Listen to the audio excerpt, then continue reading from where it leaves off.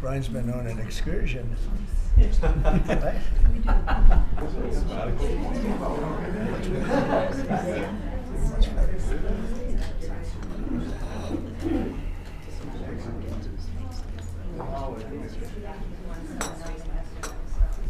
Hi, how are you?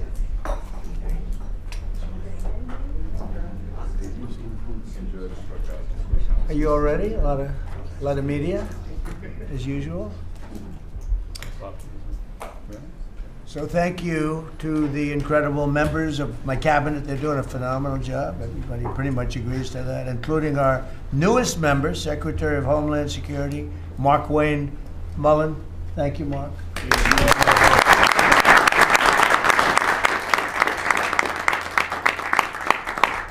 And we all know him very well, and he was a very popular senator, a very effective senator. Effective probably being the more important word. JD, don't you think? Yes, sir. And we wish you a lot of luck. Thank you. I think you do fantastically well. Congratulations to you. You have an amazing family that were here yesterday in the Oval, sworn in. His family's amazing, so thank you very much. We're now on day 41 of the disgraceful Democrat shutdown of Mark Wayne's department. Congratulations. You came into a department that shut down by the radical Democrats, right? But Democrats are really punishing the American people. I saw it today on one of the shows where they were interviewing people at the airport, and they're all angry at the Democrats. They're saying they're actually angry at Schumer. I didn't think anyone knew his name. One woman said, that Schumer is disgraceful. He's a disgrace to our country. But they're angry at the Democrats. They know what's happening. But they're punishing the American people, including travelers at airports, all in the quest to return to open borders and give amnesty to illegal alien criminals. They want to give amnesty to some of the criminals that came into our country, just about all of them, actually, if you look at it. They love sanctuary cities, which is a sanctuary for criminals. They want to make sure they're taken care of. That's what we're fighting about. That's really what they're fighting. They don't talk about that, but that's what they're fighting about. They want to protect criminals. In many cases, 11,888 murders. Many of them, I will say, are gone now because of us. We got them out. But still have some left. Should have never happened, should have never been allowed to come into our country. But we're not going to let it happen. We're not going to let the Democrats get away with this stuff, and people are wise to them. So they need to end the shutdown immediately, or we'll have to take some very drastic measures. This morning I want to give an update on the Operation Epic Fury, which is an appropriate name because we are absolutely obliterating them. Over the past 3 weeks, we've been hitting Iran's military capabilities at a level that few people have ever seen before. People never knew there was such a capability. We have the strongest military anywhere in the world by far. I built it during my first administration, and I used it during my second administration. Unfortunately, because I'd rather not have to use it. But it's a display of force and precision and skill like nothing the world has really witnessed, although you got a pretty good witnessing of it in Venezuela also. And that was a smaller version of what we're doing now. We're crushing their missiles and drone stockpiles, destroying their defense industrial base. We've wiped out their Navy completely, their Air Force completely. We've wiped out a large percentage of their missiles. And the missile launchers, without the launchers, the missiles don't do any good.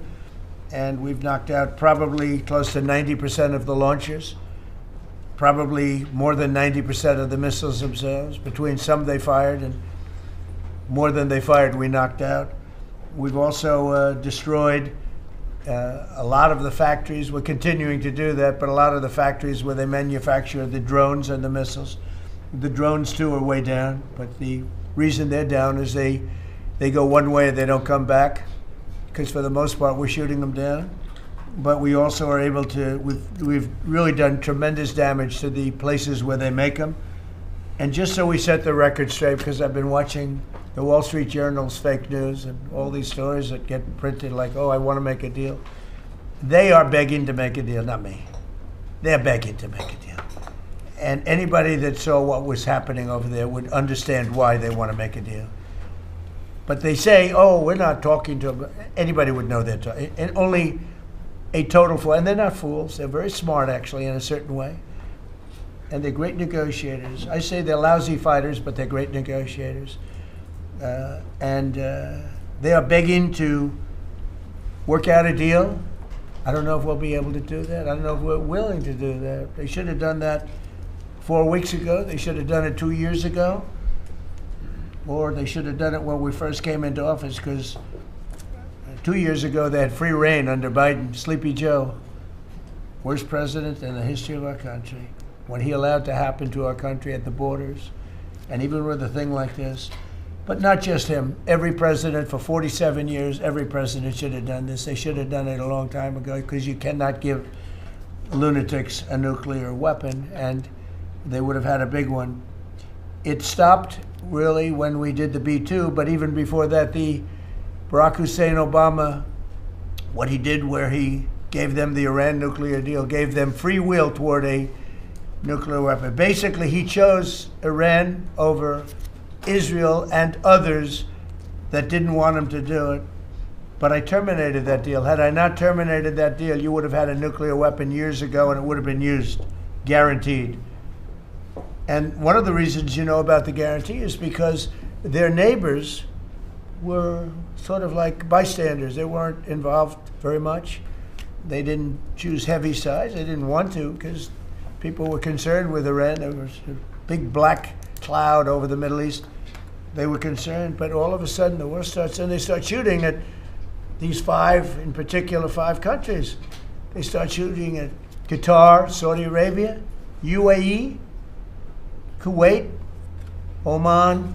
They start shooting at them, and everybody was shocked, including us. You know why?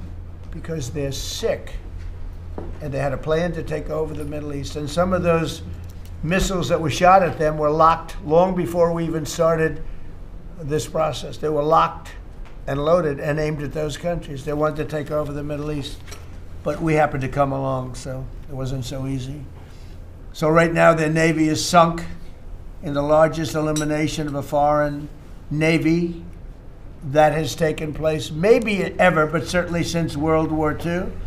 Their air force is gone. Their anti-aircraft and communications capabilities are totally dismantled. And one of the problems they do have when they deal with us is we deal with people, and the people aren't able to communicate with anybody else. So, you know, because all of their leadership has been gone. The first level is gone, and they met to pick a new level, and they're gone. They're all gone because they didn't make a deal, and because they're sick people. They're really sick. They're really sinister, sick people. And if anybody thinks it was okay to have a group of people like this to have nuclear capability, nuclear weapons, and if we didn't attack with the B-2 bombers, they would have had a nuclear weapon within 2 weeks of that, maybe 4 weeks. But between 2 and 4 weeks, they were planning to have a nuclear weapon. If we didn't hit them at that time with the B-2 bombers, and one of the great air raids in history, maybe the greatest, dark at night, no moon, no light, every single bomb hit its mark and just obliterated that place. So it's now buried deep under earth. And it was an amazing thing, but they would have a nuclear, and they would have used it without question. And you know that because why did they shoot all these countries that weren't even really involved with them? They weren't involved. They had no big problems because they're sick, because they want to take over the Middle East, not just Israel. Certainly Israel would have been the first on their list. They would have used nuclear weapons, a nuclear, you don't need too many of them. But they would have used a nuclear weapon on Israel, and they would have used it on the neighbors, and then they would have come after us. And if we had a weak president, they would have done great damage. But fortunately, you don't have a weak president. I knew what was happening. And I think we've been proven right. You know, they took one missile, it went 2,500 miles. They supposedly didn't have a missile like that. They had no missile with that capability. But they shot the now famous Ireland, the island that the UK was very afraid to give us because they didn't want to get dragged in. But we don't want to get dragged into their wars either. You know, it's one thing we're very disappointed. I'll say it publicly. We're very disappointed with NATO because NATO has done absolutely nothing. And I've always said, 25 years ago, I mean, I was somebody that wasn't a politician, but I was always involved in politics and I understood politics. I said 25 years ago that NATO's a paper tiger, but more importantly, that we'll come to their rescue, but they will never come to ours. And I want you to remember that we said this. They didn't come to our rescue. Now they all want to help. When they're annihilated, the other side is annihilated, they said, we'd love to send ships. They actually made a statement, a couple of them, that we want to get involved when the war's over. No, it's supposed to get involved when the war's beginning, or even before it begins. We had the UK say that we'll send, this is 3 weeks ago, we'll send our aircraft carriers, which aren't the best aircraft carriers, by the way. They're toys compared to what we have. But we'll send our aircraft carrier when the war is over. I said, oh, that's wonderful. Thank you very much. Don't bother. We don't need it. And we don't need it, and we don't need them. We estimated it would take approximately 4 to 6 weeks to achieve our mission, and we're way ahead of schedule. If you look at what we've done in terms of the destruction of that country, I mean, we're way ahead. Think of it, they have no Navy, and they had good ships. 154 ships have been shot down and are resting very nicely at the bottom of the sea. And we did that in a matter of less than a week. Because we have the greatest military in the world by far, nobody even close. So we estimated it would take approximately 4 to 6 weeks to achieve our mission. 26 days in, we're extremely, really a lot ahead of schedule. The Iranian regime is now admitting to itself that they have been decisively defeated. They're saying to people, this is a disaster. They know it. That's why they're talking to us. They wouldn't talk otherwise. But they're talking to us because they've got a disaster in their hands. They're defeated. They can't make a comeback.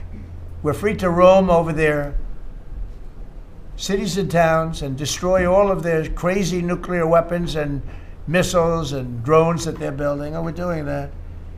They now have a chance to make a deal, but that's up to them.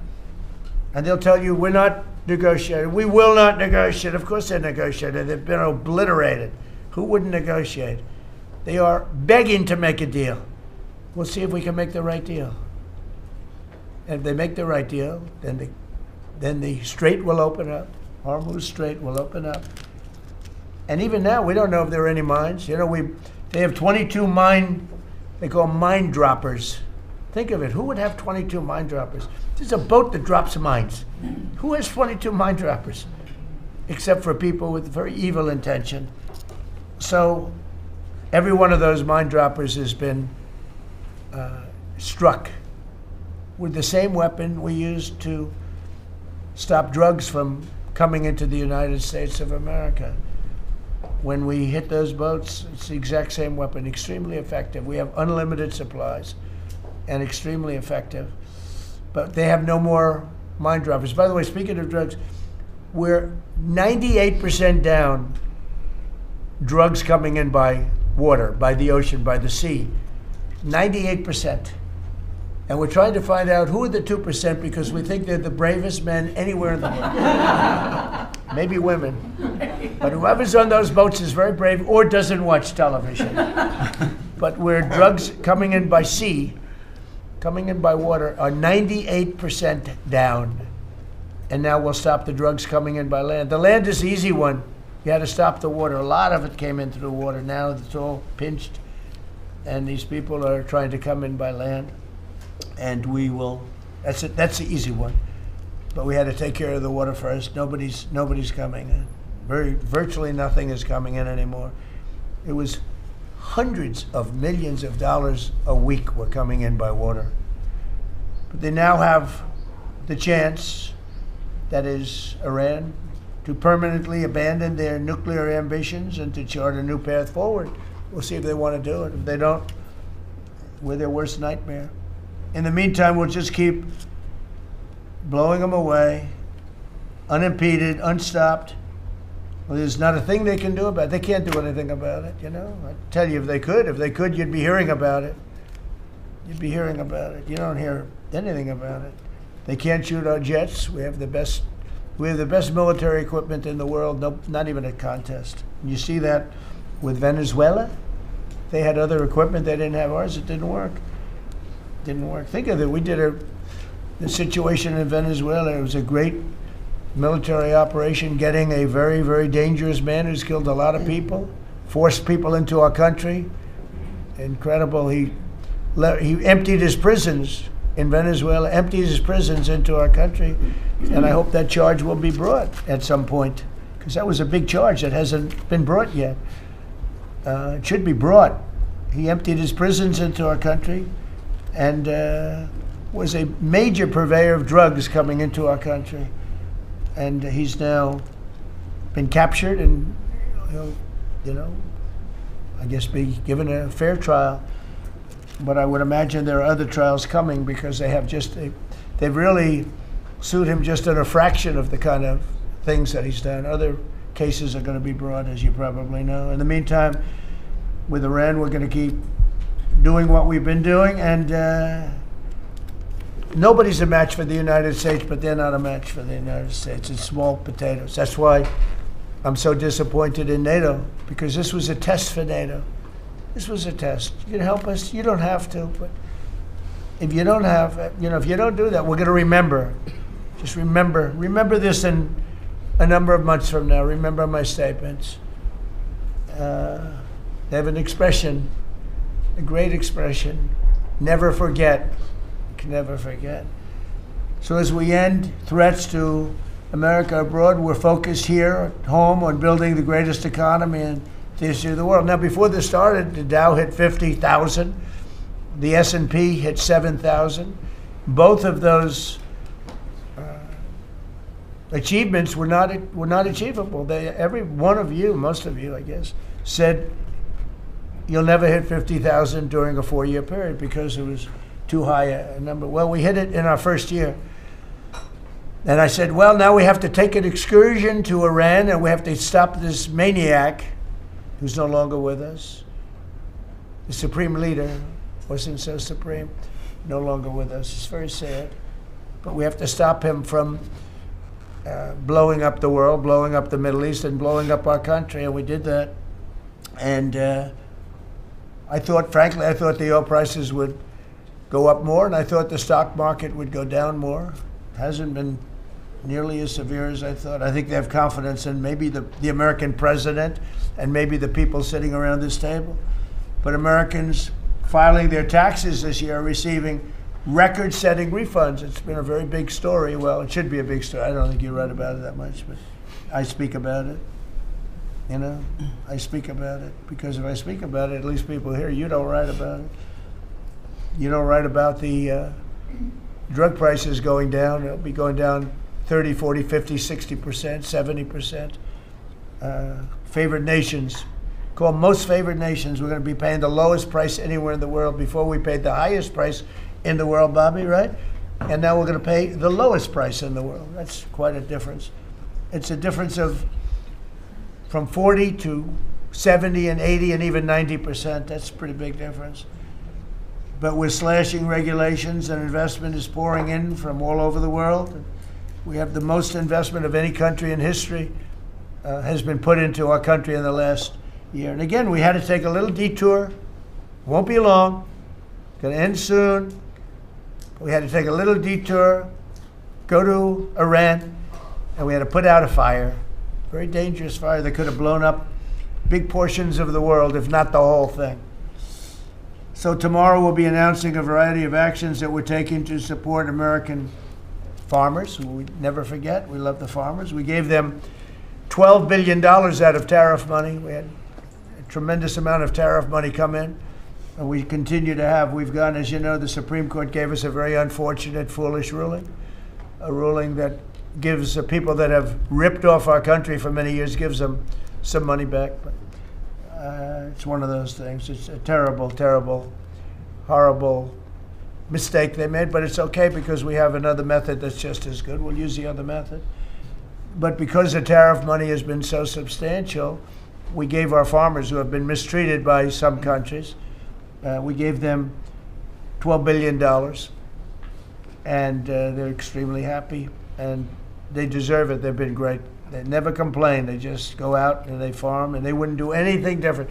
They wouldn't trade jobs with any of you, except maybe some of the fake media. I don't know. Somehow I don't see that. I like their job better, actually. I love the farmers, so we gave them $12 billion. So in just a few moments, Treasury Secretary Scott Bessent will discuss the actions that we're taking to address energy prices, which have not gone up as much as I thought, Scott, to be honest with you. And, you know, it's not over, so maybe it'll go up a little bit more. It's all going to come back down to where it was and probably lower. And my predictions have been right. Trump was right about everything. They have a new hat. Trump was right about everything. It's pretty right. But Scott's going to address that. And I think before we go very much further, I want to ask Vice President J.D. Vance to say a few words about where we are with the situation he's involved with Steve and with Jared on negotiations. And then some of the others will speak. We'll have Marco say a few words. Pete Hegseth, who was born for this role. I mean, he's doing a great job. They gave him a hard time. And now people, I'll tell you, somebody came up to me yesterday, gave you a very hard time, said, you know, I made a mistake. Pete Hegseth is doing a good job. So when I tell you who, you're not even going to believe it. He said Hegseth. He gave you such a nasty hard time. But you're doing great. And then Steve is going to speak, and Scott will speak last. And if we have any questions, we'll take some questions. You may have questions. I doubt it, but you may have some questions. So, JD, please. Yes, sir. Well, thank you. It's good to see everybody. Proud to be part of this team. Proud to be serving the president of the country. Let me just say a couple things. The first of all is the president summarized this very ably. But look, the Iranian conventional military is effectively destroyed. They don't have a navy. They don't have the ability to hit us like they could have even a few weeks ago. And what that does is that gives us options, Mr. President. Now, there's been a lot of reporting about diplomatic options, about negotiations. There's, of course, Pete and his team. There are further military options. But what we have now that we didn't have when the president took over just a little over a year ago is the ability to use every tool at our disposal to ensure that Iran doesn't get a nuclear weapon. Because when I say options, I think it's important the American people know options for what? And it's options to ensure that Iran never has a nuclear weapon. You talk about people who walk into a crowded supermarket and have a vest on, and they blow up the vest and a couple of people get killed, and that's a terrible tragedy. What happens when what's on the vest is not something that can kill a couple of people, but can kill many, many tens of thousands of people? That is the most important American national security objective that exists for any administration at any time, is you don't want the worst people in the world to have a nuclear weapon. That's why the president is doing this. That's why the president cares so much about this particular issue. I'll let Steve talk a little bit about the details of the negotiation, but the last thing I'll say before I turn it over to Marco is I'm very mindful, of course, that we have a lot of folks overseas fighting very ably for the United States of America. I know Pete and the whole team, we're very proud of them, but they're fighting at a time where we are about to enter as Christians the most important week of the Christian calendar, the Holy Week that celebrates the return of Jesus Christ to Jerusalem. And so I want to say to all of my fellow American Christians, but particularly those serving in the Gulf, that I wish you all a very blessed Easter, a very blessed Holy Week, and we continue to stand behind you and continue to support you every step of the way. Thank you, sir. Thank you very much. Marco?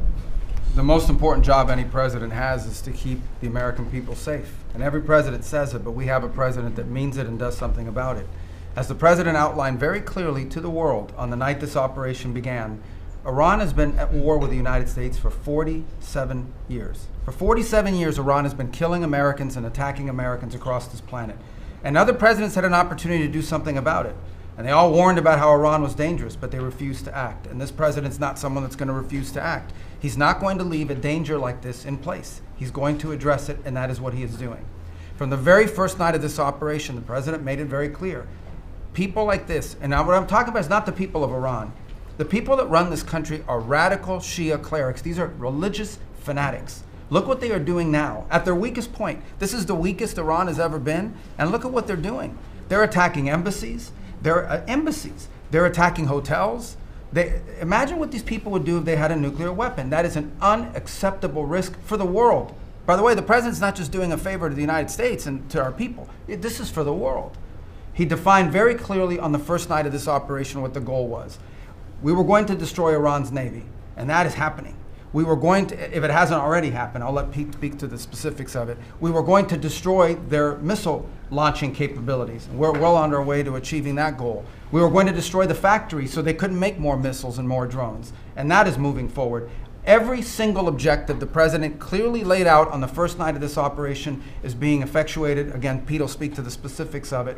This has been an incredibly successful operation. Every day, it may not get covered because, you know, we're unlike them. We're not bombing embassies and hotels. We're hitting military targets. But every day, the Department of War lets the drummer get wicked over every portion of Iran that has these military capabilities, and the results are going to bear fruit for the world. The world is going to be a safer and a better place when President Trump's mission here is achieved.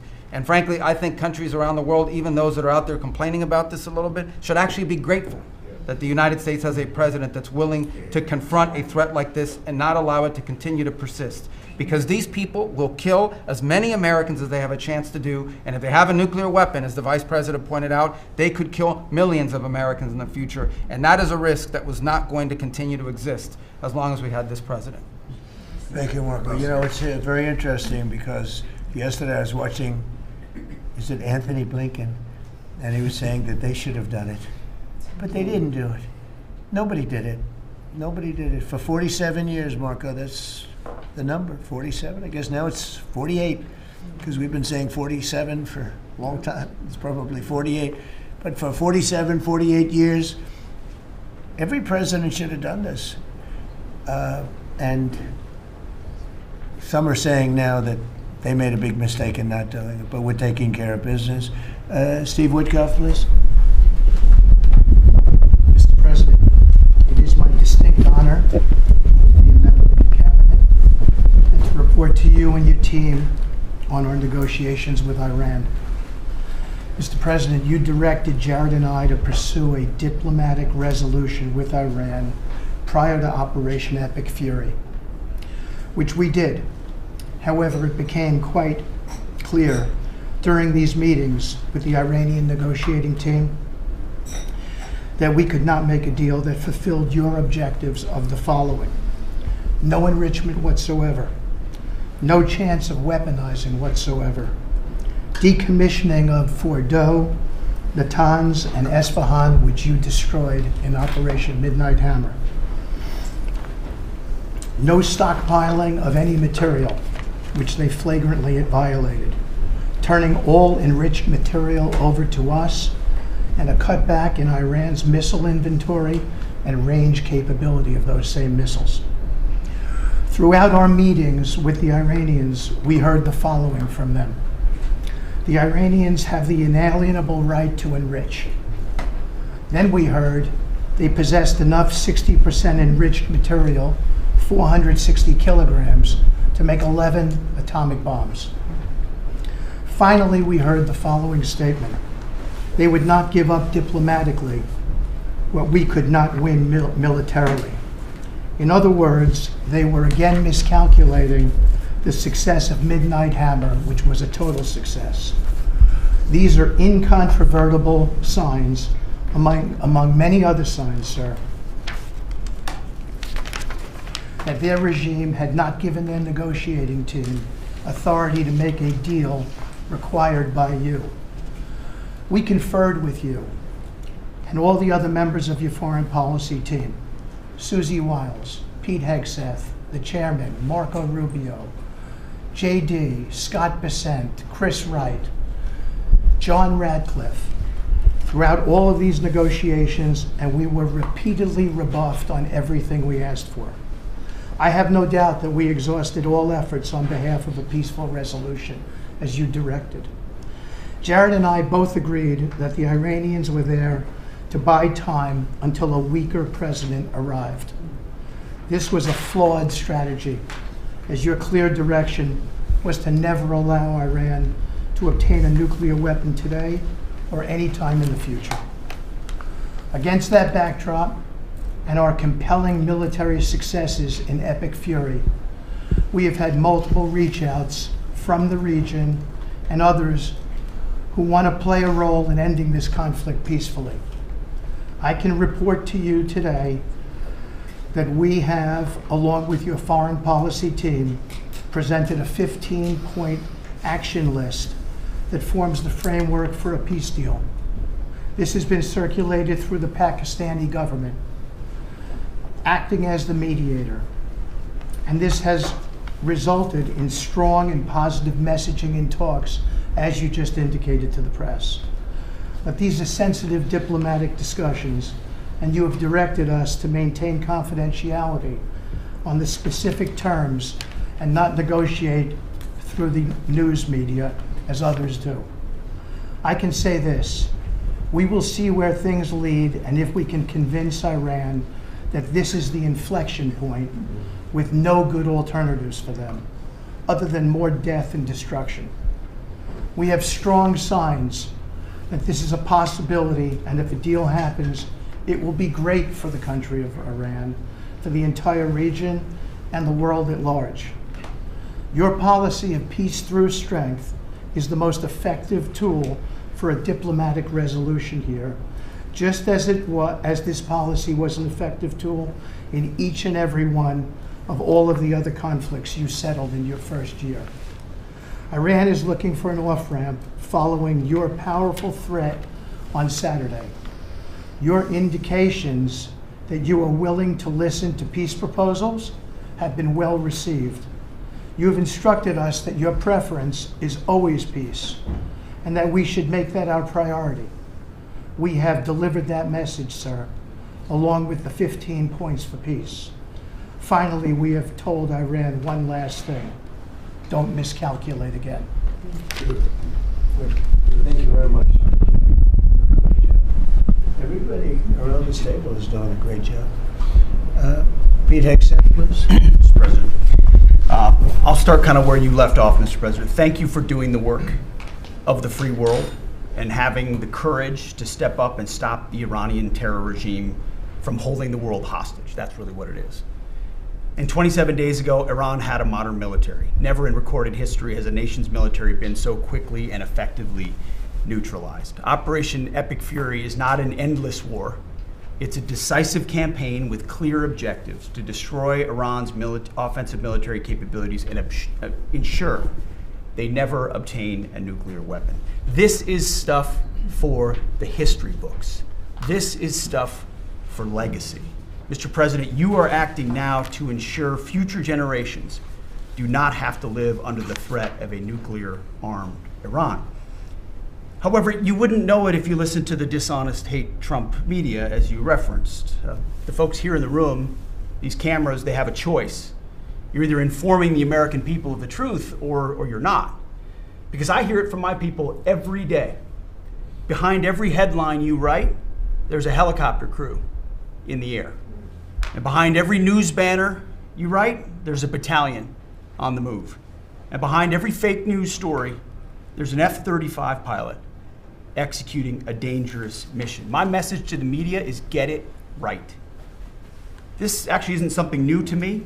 I may be a young guy, Mr. President, but I'm not a rookie in this realm. In 2007, I helped lead the surge, the public fight for the Iraq surge. Stood and watched people stand in the Senate and declare the war is lost before it even started. Who was that? It was Harry Reid. That was the Democrats and the media working hand in glove. Back then it was 3 years into a war. Now we're 3 weeks into an operation. But see, unlike Iraq, this isn't a tie. This is not parity.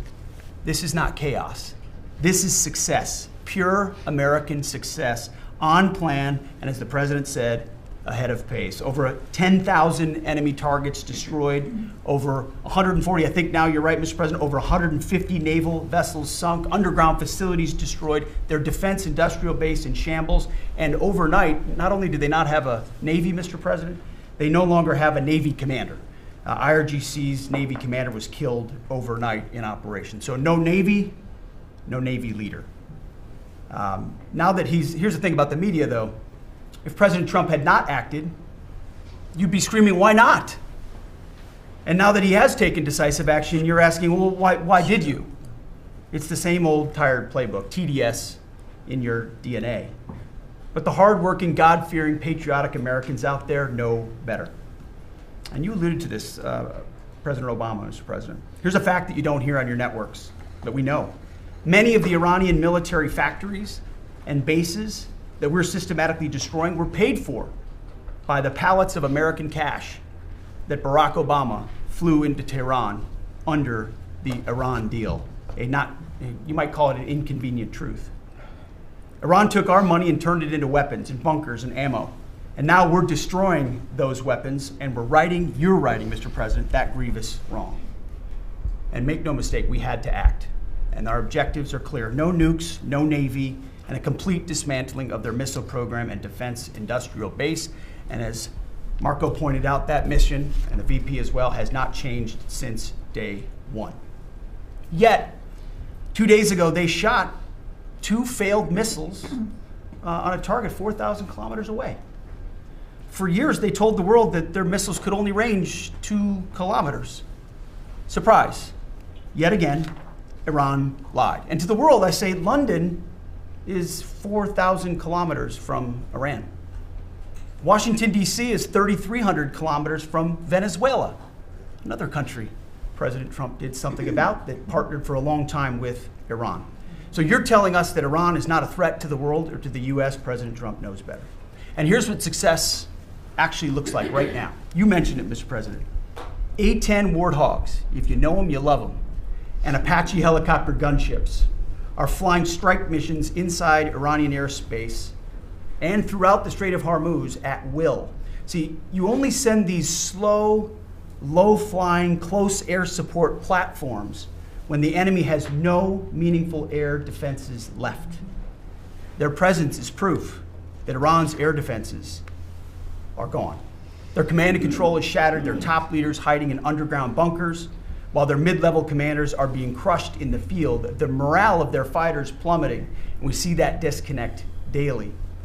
They're privately admitting, as you said, Mr. President, very heavy losses. We know that. President Trump has given us a clear mission. Our capabilities are only going up and Iran's are plummeting. We are here to win, and we're full speed ahead. So, Steve, we appreciate your efforts. We pray for a deal, and we welcome a deal. And we have the ultimate deal maker to make it happen. But in the meantime, as I said yesterday, the Department of War will continue negotiating with bombs. War is negotiation by other means. And finally, I want to thank our incredible troops, our pilots, crews, sailors, refuelers, air defenders, the absolute best of America, the real 1% of our country. This president, President Trump, has your back. And I know this cabinet prays for you every single day, and we ask the American people to do the same as they continue in this mission. God bless. Thank you, Mr. Thank you very much. It's great. I think before I ask Scott to say a couple of words, it would be great if people like the mayor of Chicago and the governor of Illinois would say, please come in and stop the crime. A beautiful young lady was killed the other day, and the father was a very good friend of Dan Scavino, and he took it very hard. Dan took it very hard, like the father, friends.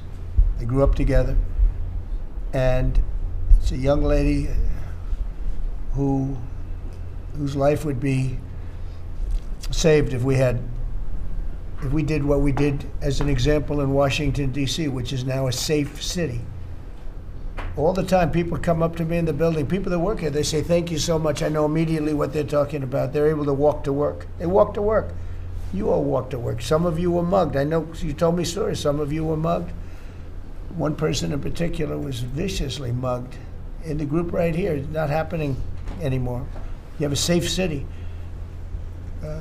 Louisiana, the governor of Louisiana called me, could you help me with New Orleans? They just had the Mardi Gras. He said it was the safest Mardi Gras we've ever had. Sounds terrible to say. No murders. You know, it sounds like, who would say this? No murders. But they always had murders. They had a lot of crime during Mardi Gras. He said virtually no crime. We had the troops down there. Memphis, Tennessee, I just got back. We were there. Crime is down 75%. in a short period of time. We're there 5 months. We could do that for Chicago. We could do that for New York. We could do that for LA. And we could do that for, frankly, San Francisco. I know they have a mayor who's trying very hard. He's a Democrat, but he's trying very hard. But we can do it much more effectively because he can't do what we do. He can't take people out from the city and bring them back to the country from where they came, where they were in prisons. They were allowed to go in prisons. They were drug dealers, the highest level drug dealers, murderers, 11,888 murders. We do things that they can't do. I had friends calling me up from San Francisco. Could you give him a chance? I said, absolutely. If you want him, we'll give him a chance. He's trying. He's doing okay, but we could do much better. We could make it a lot safer than it is. San Francisco, a great city, was a great city, could quickly become a great city again. But, you know, they're going very slowly. I tell my friends they're very substantial people. They're in a certain business where people have made a lot of money. I hope that lasts. But they have a tremendous potential. It was one of the greatest cities in the world. Now it's got a lot of crime. And the mayor is really trying. Again, a Democrat trying. And I spoke to him. He just wants to have a chance. And I said, we'll give you a chance. But we can solve it very quickly. This young lady would be around today if we were around, because we have nobody coming through our border. I mean, literally for 9 months, it's zero. It's hard to believe that that number can be possible because millions of people came in through Biden.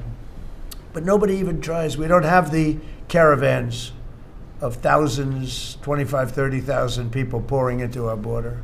They come up in caravans. We don't have caravans anymore. There's no such thing anymore. It's a name that I think I developed, but somebody developed it, but I think it was me. I thought it was an appropriate name. Thousands of people would come up and just barge into our country, totally unchecked, totally unvetted.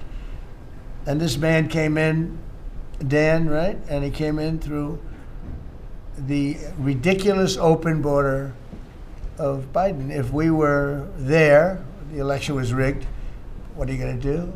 Came back, big comeback. But if we were there, we wouldn't have had people coming through. It's amazing. You know, it's so easy now because everyone knows they're not getting through. We don't have any caravans. Once they know that, when it was easy to come through. When I heard that they had an open border policy, I said, boy, this is going to be, I couldn't believe it. But when it was actually, you know, it dawned on me because I had built 1,000 miles of wall and we were finishing up some and he didn't want to finish it up, Biden. I said, they really do want to have an open border. And we got it finished. But that young lady would be alive today. And she'd be alive for another reason, because we would have the National Guard in Chicago and in New York and in other places. And they love doing it. It's like training, to be honest. It's actually training. I never want to take them out of D.C. I mean, maybe somebody later on will do it, but I never want to take. You know, the people, they look, they say, we feel so good, we feel so safe. We see these beautiful, strong people, and they're so nice. They help, they open the doors for people. They carry bags. They pick up paper when they see paper on the ground. I looked at D.C. last night. I drove to make a speech, and I drove through, and I said, take me this way, take me that way. The city's clean. The fences are down. You don't have homeless all over your parks. I mean, we had parks. There was no room for anything else other than homeless. It's all clean and nice. And it'll be even more beautiful in a year from now. And we have some projects that are great. This ballroom is going to be something that's so beautiful for the city, so desperately needed by presidents. I mean, now it's no secret the military wanted it more than anybody. It was supposed to be secret, but it became unsecret because of people that are really unpatriotic saying things. But doesn't matter. Doesn't matter. It's going to be great. We're building an arc, a triumphal arc, which will be incredible for the city. Incredible. We're fixing up what was the Kennedy Center. I was honored when the board changed the name a little bit. Actually, it shows that the Republican and the Democrats, they work together. It's really something we work together. So I think it's a great symbol, actually. But we're doing a lot of work. That building's ready to fall down. It's in terrible shape. We're closing it. We're going to open it with a bang, and less than 2 years. It'll come in under budget, ahead of schedule. That's what I do. It won't be like the Federal Reserve that's costing $4 billion or something thereabouts. Think of it, $4 billion. You know, it's amazing. I said to the group before, I said, everything I do, I get sued. I build under budget, ahead of schedule. I get sued over a ballroom that's going to be the most beautiful ballroom in the country, so desperately needed. You won't have to have tents sitting on the wet White House lawn. If it rains, you get wiped out, to honor the president of China or the president of France or the president of somewhere. You can have the greatest. We get sued by the National Trust for Historic Preservation. They don't know what they're doing. Then I just found out we got sued by that group and another group, I guess, on the fixing up of again, I'll use the old name, Kennedy Center, because they're not fixing up Trump Kennedy. It's going to be beautiful when you add the name Trump. But we got sued, and all I'm doing is fixing it up. We're fixing broken marble. We're putting on a roof because it leaks like a sieve. We're fixing steel that's broken. It's the same building, same exact building. We're fixing it. It's going to be beautiful. It's going to be so beautiful and safe. It's actually unsafe. You had some of those columns on the outside that were painted a fake gold. Now we painted them a beautiful white color, beautiful cream white. It's beautiful. Everyone said it's so much more beautiful now. Instead of a cheap, you can't imitate gold. See, I'm a gold person. It's all real stuff. You can't imitate it. Someday they'll discover a paint that will look like gold, and the guy's going to be the richest man in the world. But you can't imitate real gold. It just doesn't. That's 24 karat, which is what this building deserves. But think of it. I get sued because I'm fixing up the Trump Kennedy Center. We're going to make it gorgeous and safe. We're fixing new windows, new this, but just all fix up. I got sued by preservationists. But you know who they didn't sue? The man that took this beautiful Federal Reserve building. That's small, much smaller than the hotel I built. I built the Waldorf Astoria Hotel down the road. And it was a beautiful job for $201 million. It's bigger, I think, than the Federal Reserve building. And it's got rooms and bathrooms, and it's not like just an open office space, which is much cheaper to build. Think of this. I hear he's going to be over $4 billion for a little building. He doesn't get sued by anybody but me. I sue because it's either somebody's very crooked, which has to be, because what happened to all that money? You can't sue. I would have done that building for $25 million. It's going to cost maybe $4 billion, and we have a great new person coming in to take over the Fed. And Kevin may not ever have an office. Because I don't know if they're going to be able to build. I passed that building the other day. It's a see-through. You know what see-through means? There's no walls up. And they're going to spend. But the National Trust for Historic Preservation, which is a joke, by the way, they didn't sue that building. They didn't sue anybody. But they sued me, and I build. And by the way, my buildings, it's all donations. Rich people and people are putting up the money. Zero taxpayer dollars. Is that right, Scott? Zero taxpayer dollars. This stuff is all done for free, and I get sued. This can only happen to Trump. But they don't sue the guy whose interest rates are too high. That's why we call him Too Late. His name is Jerome Powell. We call him Jerome Too Late Powell. And done a terrible job. He suffers from Trump derangement syndrome, as he probably should, because I hit him pretty hard. But so I don't blame him. But they don't sue a man who has taken this gorgeous building, ripped it down from the inside, taking ceilings that are as beautiful as you've ever seen, taking the ceilings down instead of leaving them, taking walls down that were 2 feet thick of solid concrete and plaster, replacing them with 6-inch walls with no insulation. I said, let me ask you, are you going to put insulation in? No, it's not in the budget. Oh. Insulation costs $5. Now you're going to hear the guy next door. If he's next door to me, I'll be able to hear his military plan. I'll know exactly. If Lutnick is in there, I'll say, oh, I know exactly what Lutnick's got planned. It's the craziest thing I've ever seen. They've ripped this gorgeous building apart, and you can never build it again. I could, but it costs a lot of money. But a normal person can never build. So you're going to have crummy little walls, a flat little ceiling eventually, but right now you don't have anything. And nobody sues this guy. And then when Jeanine Pirro, working with Pam and others, has the courage to sue to find out what happened to maybe $4 billion and a building that may never be occupied by Kevin Warsh. He may never get there. We're going to have to find him some space in the White House. We'll put him in the basement of the ballroom. But when, now think of it, when Jeanine Pirro and Pam and the group, when they bring a suit, it's like, oh, this terrible thing. And then we have a judge that attacks us. So we've got to get our priorities straight. You know, it's a very sad thing that's happened with the Fed. And then just one other thing very quickly, you have Gavin Newsom in California Railroad. That's 100 times over budget. It's out of control. It was supposed to go from the middle of San Francisco to the middle of LA. Well, now it stops way short of both. It now goes into areas that nobody ever heard of. It's billions and billions of dollars over budget, years and years, maybe decades late. And that's why we have a country that has a lot of problems. You know, we have incompetent people. It's all people. Think of this: Federal Reserve. I would have had that building done for $25 million. I would, if I did it, if it was up to somebody else would have done it for more. So maybe 50. But you could have done that building if it was properly done and planned. You would have done that building for, I would have done it for $25 million, and it would be better. It would be better. See this pen right here? This pen is an interesting example. It's the same thing. So this pen is very inexpensive, but it writes well. I like it.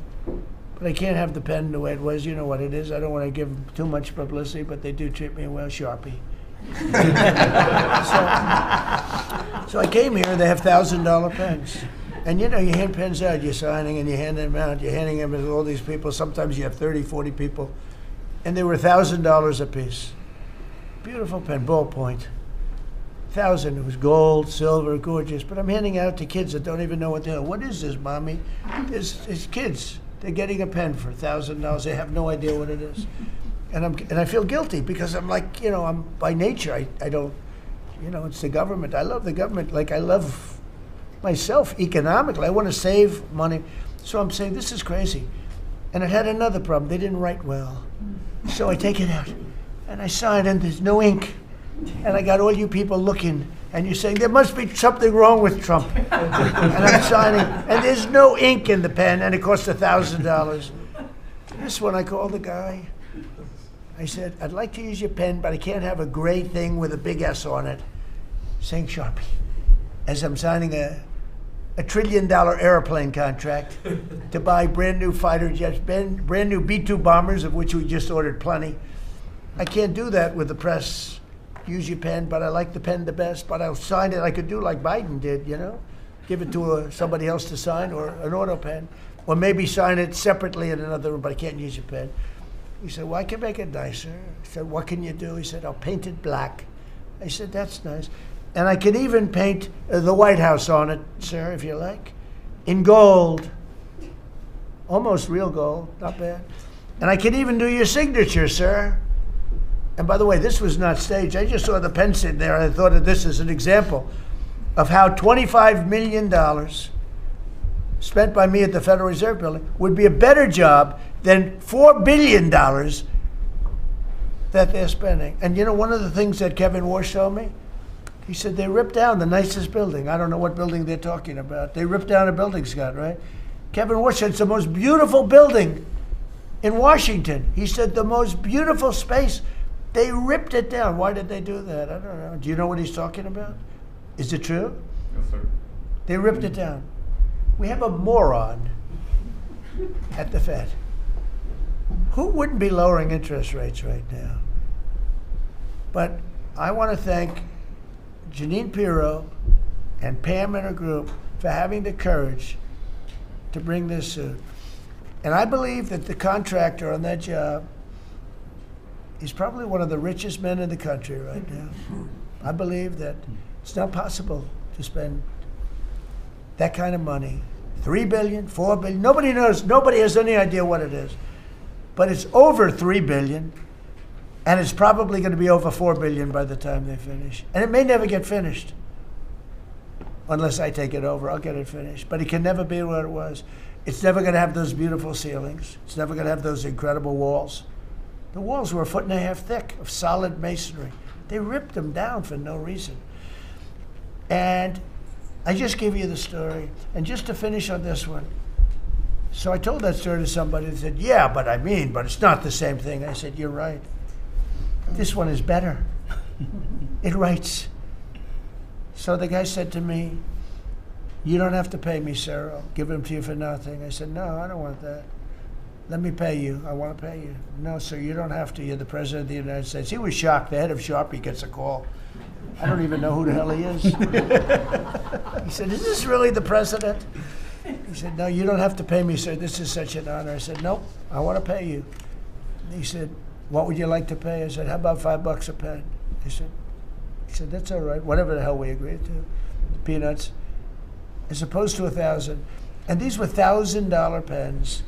And we were giving them out. Sometimes, you were there for signings. I'd have 30, 40 people standing behind me. I'd give out 40 pens to people. Then somebody would say, could I have a couple extra? This way I go like this. Here, you want 5? Here, I take 5. But the bottom line is, they're better pens. It's a business story. So for $5, could be 0, but for $5, I get a much better pen than for $1,000. And I can hand them out, and actually they become hot as a pistol, so what can I tell you? Yeah. With that, could I give it to, please, a man who's done a great job at Treasury, Scott? Good luck, Scott. Well, sir, as always, you're a tough act to follow, but that is very illustrated. Your economic leadership has made our military mission possible. Mr. President, national security, as you always say, is economic security. Your leadership has shown the American people that there is no prosperity without security. That our mighty military on one side, but the U.S. economic strength is fighting off this evil regime. The Iranians believe they are fighting a two-front war. It is the military war that our great warriors are prosecuting, but on the other side, they are trying to take control of the global economy through a choke point that we believe does not exist and that we will overcome. Your historic Operation Epic Fury seized a generational opportunity to demolish a regime that has coordinated over 4 decades of global terror and claimed thousands of American lives. Many people, especially the Democrats, underestimate the will of the American people for short-term volatility for 50 years of safety that we are going to have on the other side of this. And I believe energy prices will be lower, inflation will be lower before we had the appearance of security, which is not real security. Now, the American people and the world will have absolute security. Through your maximum pressure campaign, Treasury has worked to uncover all financial lifelines to the regime and cut them off. You gave that order last March. This was not something that happened overnight. This is something that has been contemplated for almost a year. The Iranian financial system collapsed in December. We have systematically weakened Iran's ability to fund operations and procure weapons, and that required months of preparations.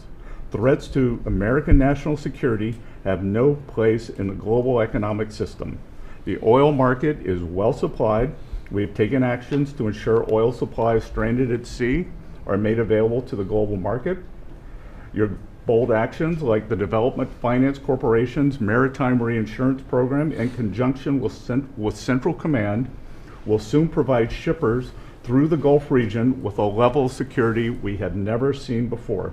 Mr. President, We are starting to see more and more movement in and out of the Gulf today, and this is more than yesterday, and this is the beginning. I am confident that shipping traffic will continue to increase on a daily basis even before we secure the straits. Turning to the home front, the U.S. economy remains strong. We had a strong economy thanks to you. We are the best insulated in the world thanks to your energy efforts in term 1 and term 2. The U.S. is an energy superpower. American workers' purchasing power is finally being restored.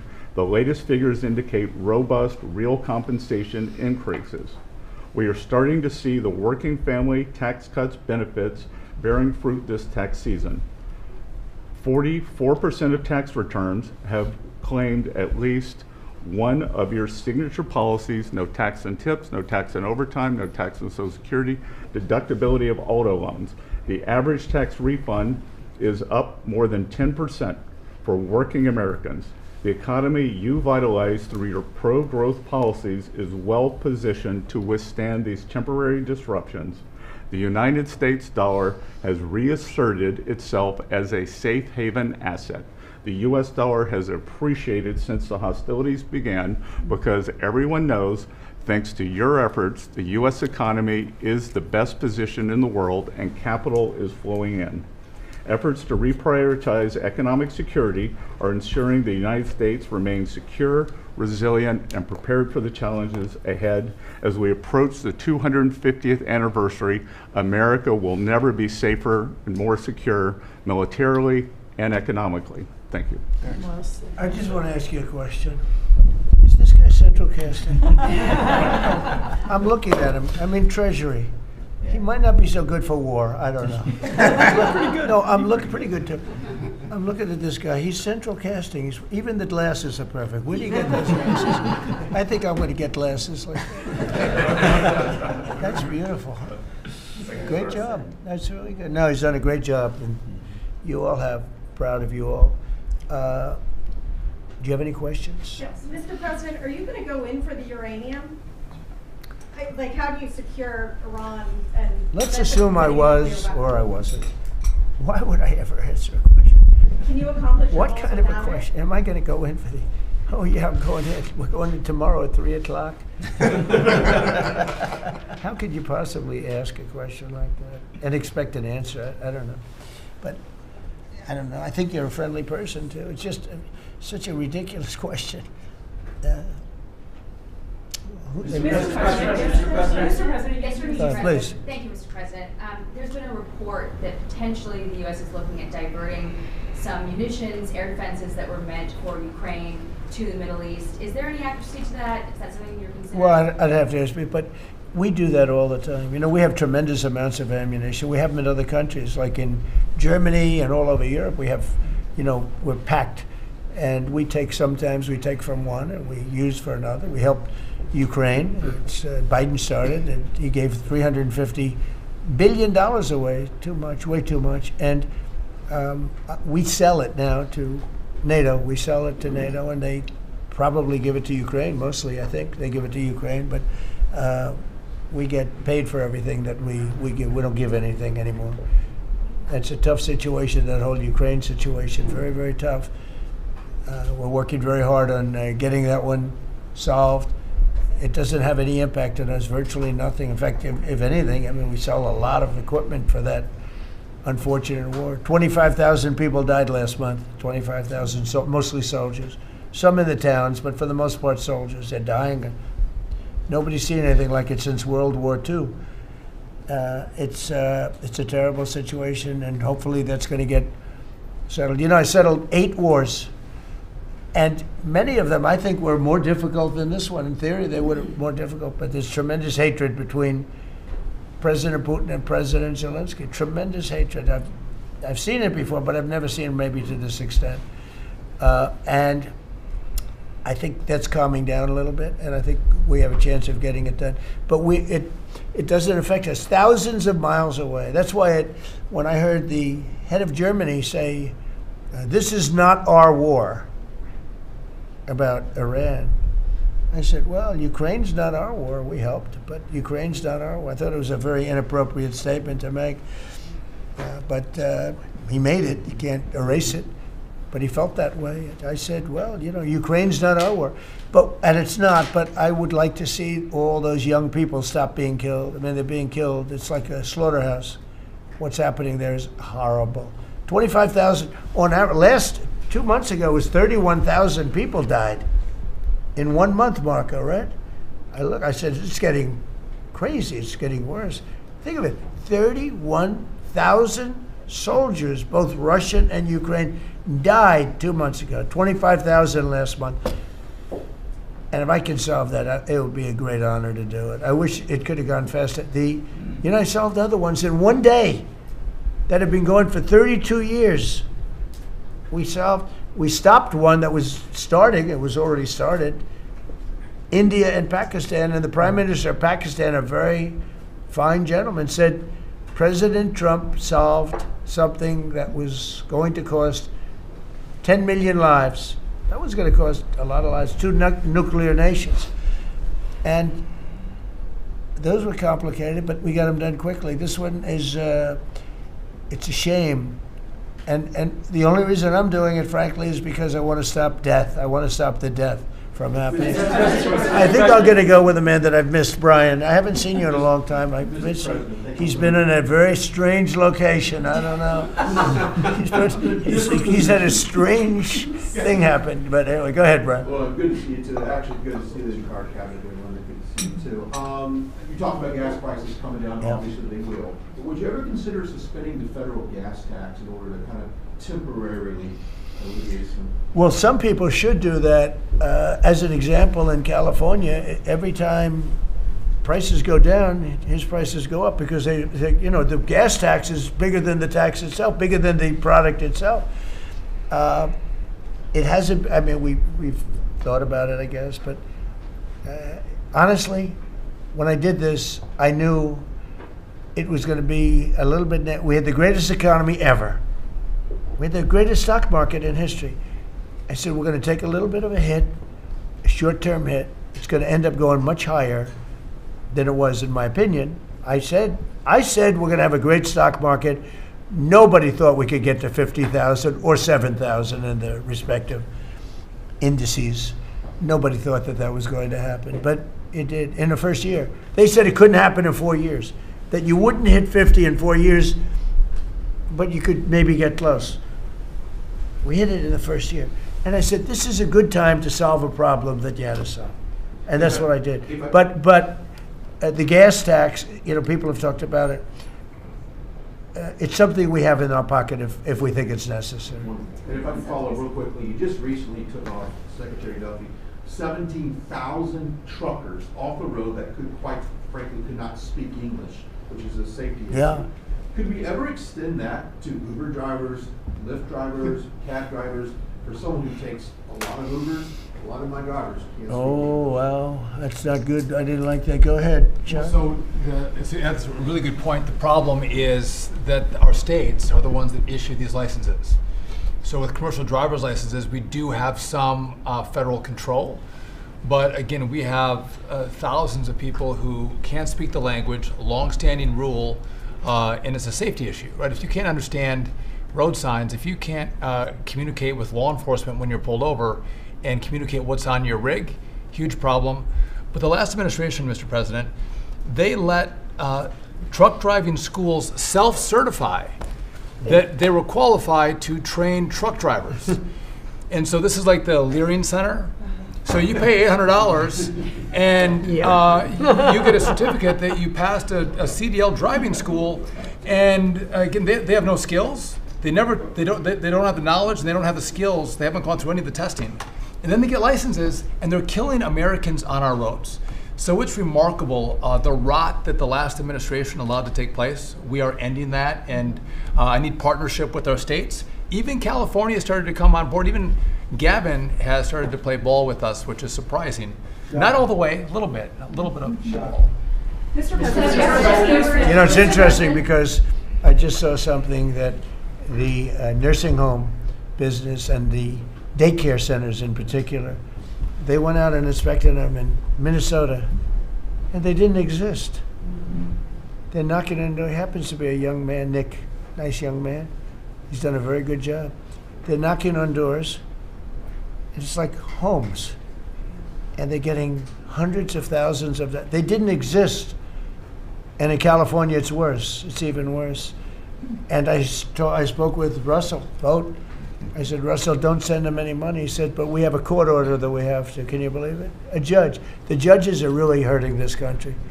Our judges, Justice Roberts doesn't like when I say it, but the judges are really hurting this country.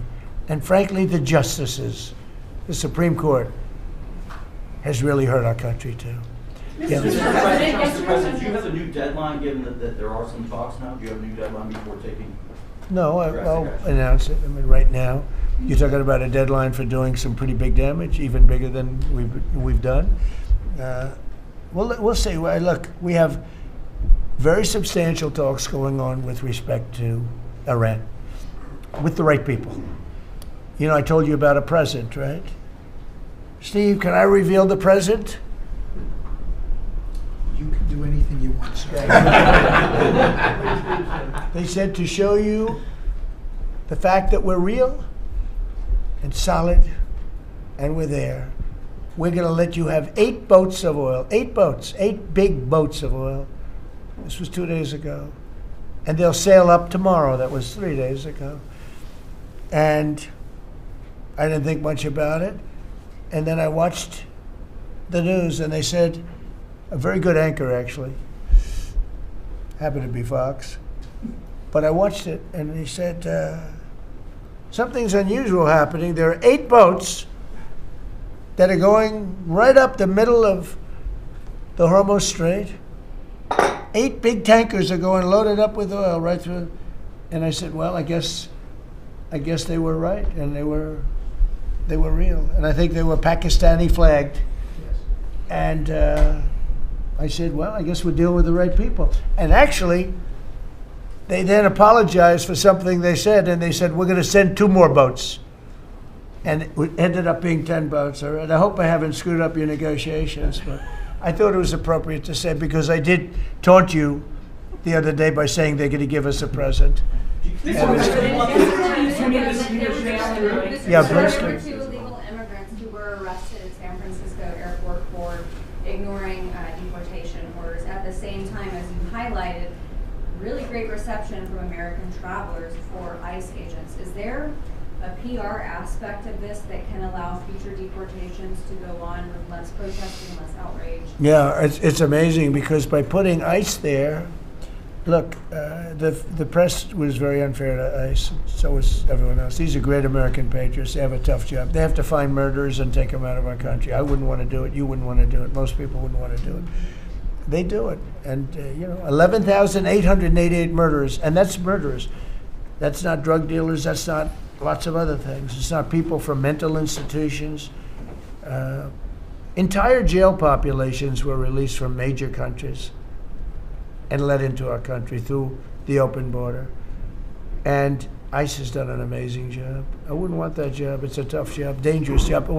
So what happens is, by putting them at the airport, and I did say, do me a favor, take off your masks, and they did. For that, not for when they're looking for some, cold-blooded killers and they're in the net, but for that, and they did. They took them off.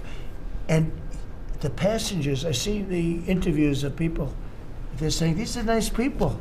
One person said, he's a very strong man, but he's a nice guy. He grabbed my bag. He helped a woman with a bag that she couldn't lift. And I'll tell you, I don't want to use the word rehab because there was nothing to rehab, but rehab from the press, because the press is so tough on them. And these crooks in Minnesota, these crooked politicians and dirty cops. They're dirty cops, they're dirty politicians. Waltz is a dirty, crooked politician. The Attorney General is a crooked guy. He's no investigations, and I hope JD's going to do a great job. He's in charge of it now with somebody who's very talented. But I think it's easy stuff. They say $19 billion, think of it, is missing. $19 billion. If we would solve half of the fraud problem, Pam, in this country, we would have more than a balanced budget. We'd have a surplus.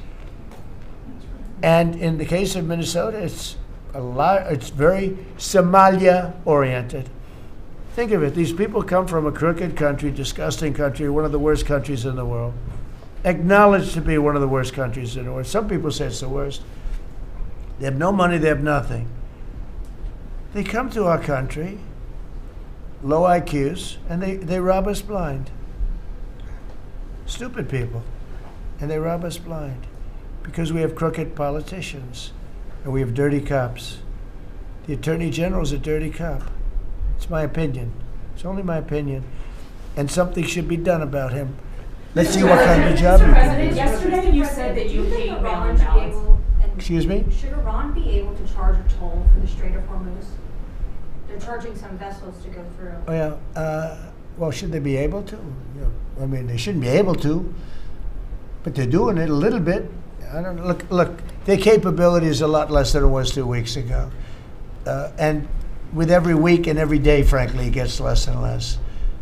All I can tell you is they're begging to make a deal. So let's see what happens. We may make a deal. Tell me about mail-in ballots. Go ahead. You mean I used a mail-in ballot? You probably said, yeah, I did. You know what? Because I'm president of the United States, and because of the fact that I'm president of the United States, I did a mail-in ballot for elections that took place in Florida, because I felt I should be here instead of being in the beautiful sunshine taking. You were in Palm Beach, sir, the last few weekends. That's right, and I decided that I was going to vote by mail-in ballot because I couldn't be there, because I had a lot of different things. But you know, we have exceptions for mail-in ballots. You do know that, right? So if you're away, we have an exception. If you're in the military, we have an exception. If you're on a business trip, we have an exception. If you're disabled, we have an exception. And if you're ill, if you're not feeling good, whatever. So I was away, mostly in Washington, D.C., so I used a mail-in ballot. But I appreciate the question because I know it was so well-meaning. Yeah. Mr. President, I actually just looked up the company that owns Sharpie, and they stock turned positive after you mentioned it. Question number one. By the way, they deserve it. Yeah, question number It's a good product. So you gave a 5-day deadline. With oil tankers going through the Strait of Hormuz, is that a condition to move that 5-day deadline? Well, we don't want anything impeded. We want ships to go through. We don't know that they've dropped any mines, by the way, because we blew up all their mine droppers, right? We blew up every one of them. They're going to have to take them out on a rowboat or something. I don't know how the hell they get out there, but we don't really know. You might speak to it. We don't know. There could be a few of them out there, but that's a lot. You know, if you have $1 billion ship and you get hit by a mine, it's not the greatest thing in the world. So if you think, the problem with that's not like you've decimated a military. If you think there may be a mine, that's a bad thought, and it stops things up. How are we doing in that regard, Peter? Mr. President, you're right. We have so heavily degraded their coastal defense capabilities and their naval capabilities that any strategic or operational attempts to do those types of things are extremely limited, and we continue to move over the top of that. Now, whether Iran makes a wise choice or not to try to execute that is part of how this deal comes together, but with every passing day, the military pressure that we're putting on them lessens their ability to really hold that militarily at issue. I mean, the problem with the issue of the Hormuz Straits is this: we've decimated them as a military. No Air Force, no Navy, very few rockets left. We blew up so many. Hard to manufacture them. Same thing with drones. The leadership is gone. The problem with the Straits is this: let's say we do a great job. We say we got 99%. 1% is unacceptable, because 1% is a missile going into the hull of a ship that cost $1 billion, right? So 1% is we can't. If we do a 99% decimation, that's no good. So it's really, you know, a little bit. But I have a feeling it's going to clean up pretty quickly. I could just say this: they want to make, and I probably hurt our little negotiation. It gives them a little impetus to say, well, I wish you didn't say that. But they said yesterday that we weren't negotiating with them, and now they admit that we were negotiating with them. So they want to make a deal. The reason they want to make a deal is they have been just beat to shit. So are you thinking of taking control of Iran's oil? It's an option. I mean, I wouldn't talk about it, but it's an option. Is that something you thought about? Well, in Venezuela, we've done very well working with Venezuela, certainly. And we've taken in billions and billions of dollars. And by the way, Venezuela is doing better right now than they've ever done in the history of their country. And it's sort of like a joint venture. But the United States has made a lot of money, Marco, right? With it. Do you want to talk about that for a second? About Venezuela? Yeah. Yeah, I mean, I think Venezuela in the first 2 months of this year generated more revenue from oil sales than they had most of all of last year. But the money's not being stolen anymore. And it's being held in a U.S. Treasury blocked account. And to the extent it's flowing to the Venezuelan government, it's going to help people, like fund hospitals, pay teachers. It's not And we being get a stolen. lot of it. And they got more than they have in many years. Think of it. We get a lot of it. We have a deal. We get a lot of it. We had 100 million, think of this, 100 million barrels we took in the first 2 weeks. 100 million barrels. That's a lot of oil. It's a lot of ships. And we got some and they got some. We paid for the ships. A lot of money left over. And Venezuela has done better now with us. Call it a partner, call it whatever you want. We've made a lot of money, and they've made a lot of money. We've paid for the cost of that military hit many, many times over. And we've only just started. Our relationship with Venezuela has been amazing. The people, actually, I'm the highest polling person. In other words, after the presidency, I think I may go to Venezuela and run for president against Delcy. I may run against Delcy. It's an option. No, they like me in Venezuela, but it's an option for me. It's a wonderful option. Yes. There's some reports that Gulf allies are concerned about winding down the war too soon and potentially leaving Iran. Well, they'd probably like us to stay, but the concern if we don't stay, look, it's a beautiful thing about airplanes that go 2,000 miles an hour is you can get back there very quickly. If we don't stay, we're going to be protecting them. We know, they've been very good. Hey, Qatar, Saudi Arabia, in particular, Qatar, Saudi Arabia, UAE, the three of them, Kuwait, Bahrain, they've been 100%. Now, in all fairness, they could have gone the other way. They were surprisingly missiled. They were shot at. Nobody ever thought they'd be shot at. UAE had 1,400 missiles aimed at them. Fortunately, they had the greatest anti-missile weapon in history, called the Patriot. Almost every single missile was shot down. We had an incident recently where 101 missiles were shot at a certain thing that we own that's very valuable. 101 missiles going 2,000 miles an hour. Out of the 101 missiles, every single one of them was shot down in midair and fell into the ocean. It's amazing technology. There's nobody has equipment like we have. Iran still has that enriched uranium. Is it even possible? Well, you're going to have to see, but I think we're in just very good shape. We're roaming. You know what we're doing? You know the word roaming free? We're over their skies with the most beautiful planes you've ever seen. Roaming free, there's not a damn thing they can do about it. And it would be nice if, like the fake news New York Times, which writes so fake, and the Wall Street Journal is terrible, terrible.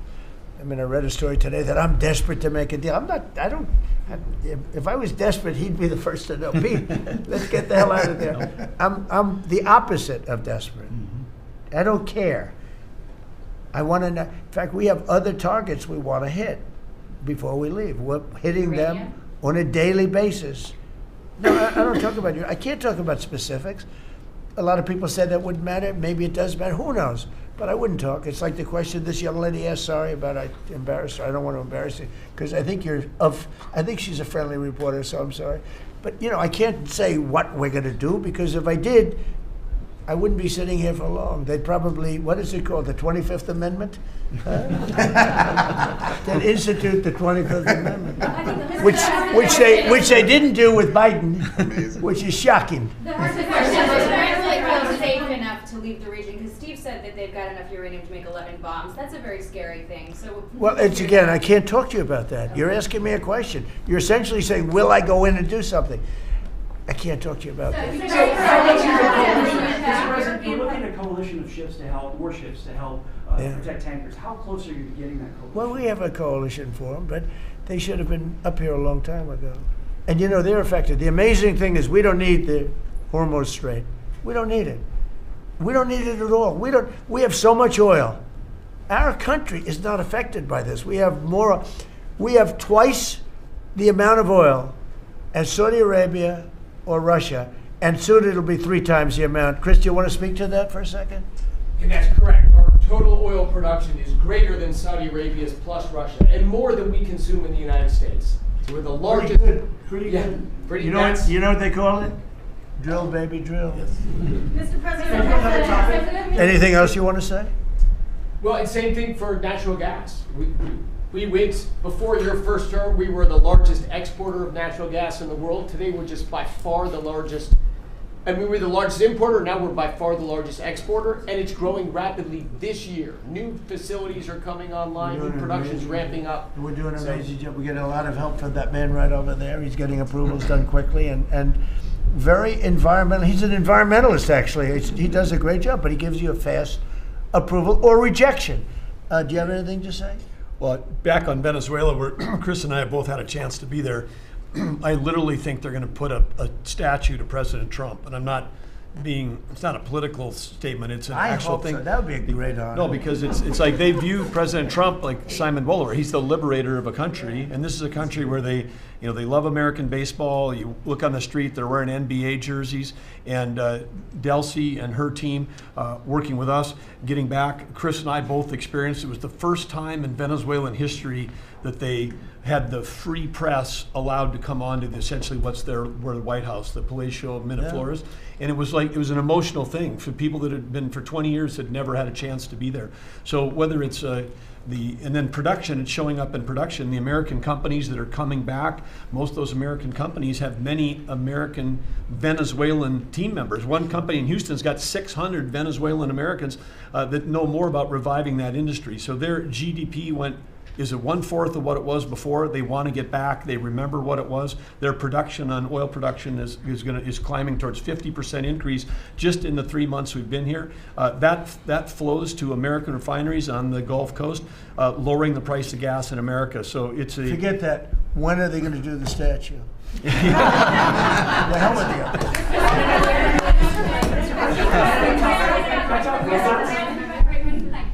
You've been really honest about how disappointed you are in Sir Keir Starmer, particularly in relation to Iran. So I'm curious about your phone calls with him, how easy they might be. And also, were you surprised by Are we talking about Starmer? Yes. And are you surprised by how weak... I think he's a lovely man. I do. I think he's a lovely man. But I think he did something that was shocking. He didn't want to help us. And maybe in particular that country, we were the longest bond, the longest ally. Australia too. Australia was not great. I was a little surprised by Australia. I wouldn't say anybody was great other than the 5 countries in the Middle East. We never really had very much support. We spend trillions of dollars supporting countries, and this is Little League. This isn't the big league deal. This is sort of Little League pool for us. This was look, we decimated them in a period of a week. In the first week it was over. In the first few days it was over. I think the Navy took us 3 days to essentially annihilate that. They weren't there. So if there's ever a big one, which I hope there's not, but if there's ever a big one, I don't think they're going to be there. And that's not fair, and we have to remember that as a country, because we spend trillions of dollars protecting Europe, protecting the countries of NATO. They weren't there for us for small time. This is small time. You know what? Venezuela is a big deal, but it's not the big one. They weren't there. So what makes you think they'd be there if we needed them for something? And your prime minister was not there, as you know. He was there after we won. He said, we'd like to send some ships. I said, we already won. We don't need them anymore. But can you explain why he was reluctant to help? Why he what? Why he was reluctant to help with Iran? He didn't have to. I didn't ask him. I just said, just tell me no. I mean, we're always going to be there, or at least we were. I don't know about anymore, to be honest with you. I have to be honest. We were always there when they needed help. We always would have been there when they needed help. I mean, think of it. We're there to protect Europe from Russia. In theory, it doesn't affect us. We have an ocean, big, fat, beautiful ocean. But we're there to protect NATO, to protect them from Russia. But they're not there to protect us. It's ridiculous. It doesn't make sense. I tell you, a lot of people were big NATO people. I was never big. It was okay. I got them to pay 5%. By the way, they haven't paid it yet. You know that. You know, I got them to pay 5% from 2% to 5%. They didn't pay it yet. I got them to pay up to 2% because they weren't paying the 2%. Then I got them to pay 5%, which they should be at. And we had a lot of, oh, that was great, great. Oh, only Trump could do it. But the problem is they haven't paid. Because if you look at the numbers, they haven't paid yet. So we were there for them, but they were not there for us. Did we need them? No. I never thought we needed them. I was more doing a test. I said, I really would love to have you come up. Bring your boats. You can sail through the beautiful Hormuz Straits, and you can protect people that are being shot at. They didn't do it. And that's small potatoes. Do you understand what I'm saying? Yeah, I do. Go ahead. I was just going to say, does it affect the state visit with the King that you're going to have in April? Are you looking forward to that? With the King? With the King coming here? No, he's a friend of mine. He's a great gentleman. As you know, he honored me and our country. He really honored our country. But we had an amazing time. I've known him as Prince Charles. I know him as King Charles. I'm proud of him. He's fighting a tough battle. He's tough. I think he's a fantastic. It has nothing to do with that. It's different. But he's going to be here very soon, as you know. We're going to have a state dinner. It's going to be great. But I was very disappointed when the Prime Minister said, I won't be able to. It started with the island that the indigenous have claimed away from your country. And for some reason, you went for it. And all of a sudden, indigenous people that never saw the place, they never saw it. He was afraid that we would do something to insult because he's a liberal. That's the way they think. Mr. President, And when we needed the island to land that beautiful B-2 bomber, we were told we can't use it. We'd have to fly back to Missouri, which is a 17-hour flight, as opposed to a couple of hours. And I said, you gotta be kidding. Not good. They made a big mistake. Mr. President, is the Friday deadline for Iran, is that pushed back now, or, and if not? I don't know when yet. is the second I don't know. Friday? Mr. Witkoff and JD and Jared will tell me whether or not they think it's going along. And if it's not going along, maybe not. And we have a lot of time. You know what? It's a day. In Trump time, a day, you know what it is? That's an eternity.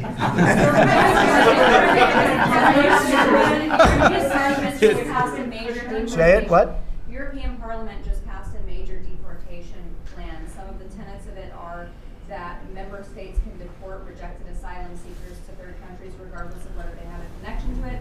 It allows for detention periods of up to 2 years and also offshore return hubs or detention centers similar to ours. Who did this? Who does which country? European Parliament, and the vote was not close. It was 389 in Good. favor to 208 against. I'd vote. So I'd vote with them. Yeah. Europe is where you are now. Do you think that will move the needle with Democrats? I don't care about the Democrats. The Democrats hate our country.